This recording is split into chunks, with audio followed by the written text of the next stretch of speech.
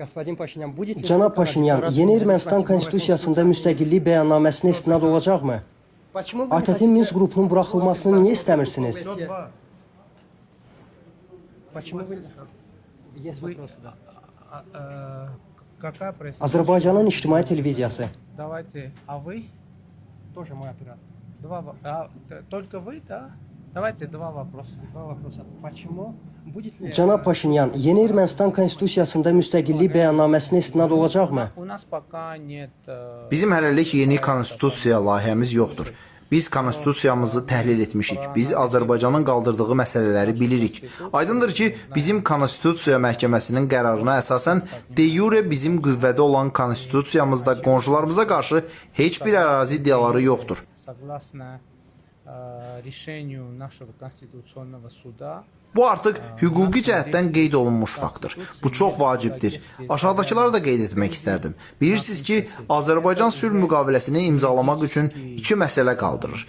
констатированный факт, и это очень важно. И хочу еще отметить следующее. Вы знаете, что, то есть очевидно, что Azərbaycan... Birinci məsələ ATƏT-in Minsk qrupunun buraxılması ilə bağlıdır.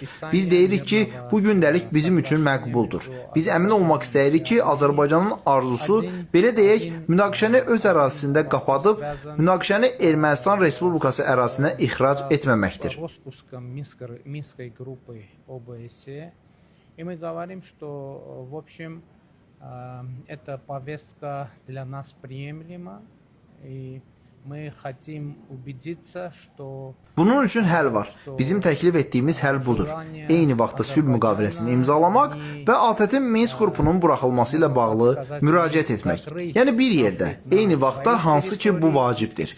Bu qarşılıqlı olaraq regionumuzda etibar və sabitlik üçün çox vacib jest olacaq. То решение, которое мы предлагаем, следующее.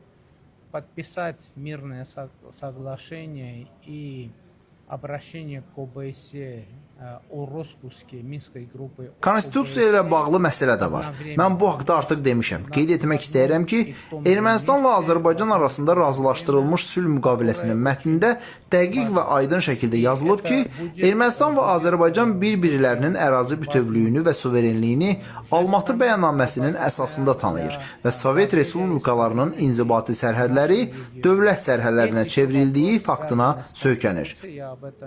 Уже говорил, и я хочу отметить, что уже в согласованном тексте мирного соглашения между Armeniya и Azərbaycanla tam... Bu o deməkdir ki, Sovet Azərbaycanı müstəqil Azərbaycandır, Sovet Ermənistanı müstəqil Ermənistandır. Bu çox vacib faktdır. Orada bir mətdə var ki, haradakı Ermənistan və Azərbaycanın bir-birinə ərazi iddiasında olmadığı və gələcəkdə belə tələblər irəli sürməyəcəyi ilə bağlı öhdəlik götürdüyü qeyd olunub. Yəni faktiki olaraq Ermənistanda həm də Azərbaycanda qaldırılan məsələlər iki ölkə arasında sülh müqaviləsi layihəsində həll olunub. Опираясь на тот факт, что административные границы советских республик стали государственными границами. Это значит, что вот Армения, советский Азербайджан – это независимый Азербайджан. Sovetskaya Armeniya это независимая. Orada daha bir vacib bənd var. Harada ki deyilir ki, tərəflərdən heç biri məlum müqavilənin icrasını pozmaqdan ötürü öz qanunvericiliyinə istinad edə bilməz. Müqavilə imzalananda Ermənistan Konstitusiya Məhkəməsinə göndəriləcək ki, məhkəmə onun bizim konstitusiyaya müvafiq olduğu barədə qərar versin. Не поднимать такие вопросы и требования в будущем. То есть фактически те вопросы, которые сейчас поднимаются и в Армении, и в Азербайджане, они решены в проекте соглашения о мире между Азербайджаном и Арменией. Там еще есть Nə vaxt ki, Konstitusiya Məhkəməsi qərar verəcək ki, sülh müqaviləsi Ermənistan Respublikasının konstitusiyasına tam uyğundur, o zaman bu o deməkdir ki, həmin sənədin Ermənistan parlamentində ratifikasiyasına heç bir maneə olmayacaq. Bu Ermənistan parlamentində ratifikasiya olunanda, ratifikasiya olunmuş beynəlxalq müqavilə ali hüquqi qüvvəyə malik olacaq və yerli qanunlardan üstün olacaq. согласно законодательству Армении, мы должны это отправить в Конституционный суд, чтобы Конституционный суд решил его соответствие с нашей Конституцией. И когда Конституционный суд решит, что соглашение полностью соответствует Конституции Республики Армения, это значит, что Mən niyə bunları deyirəm? Ona görə ki, Azərbaycan tərəfi güya Ermənistan konstitusiyasında Azərbaycana qarşı ərazi iddialarının olduğuna dair məsələ qaldırır. Əgər bu narahatlıqlar səmimidirsə, o zaman bu məsələnin ən qısa həll yolu sülh müqaviləsinin imzalanmasıdır. Ona görə ki, sülh müqaviləsi imzalananda Ermənistan parlamentində ratifikasiya olunacaq və ali qanunvericilik səviyyəsində qeyd olunacaq ki, Ermənistan Respublikasının Azərbaycan Respublikasına və ümumiyyətlə qonşularına qarşı heç bir ərazi iddiası yoxdur. Верховенство над местными законами. Почему я все это говорю? Потому что сейчас азербайджанская сторона поднимает вопросы о том, что вот якобы в Конституции Армении есть территориальные претензии, я уже об этом говорил, против Азербайджана. Если эти обеспокоенности искренни, то кратчайший путь для решения этого вопроса – это подписание мирного соглашения. Потому что когда мирное соглашение подпишется и будет ратифицировано в парламенте Республики Армения, уже будет на высшем законодательском уровне констатировано, Daha bir nüans. Bizim də narahatlığımız var ki, Azərbaycanın da konstitusiyasında Ermənistana qarşı ərazi iddiaları var. Lakin biz bu məsələni qaldırmırıq. Necə ki, Azərbaycan qaldırır. Niyə? Ona görə ki, biz aydın şəkildə razılaşdırılmış sülh müqaviləsi layihəsində görürük ki, bu məsələ həll olunub.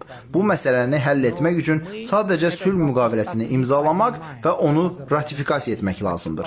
Biz belə həllə getməyə hazırıq. Мы видим очевидно, что в проекте, уже согласованном проекте мирного соглашения, этот вопрос решен.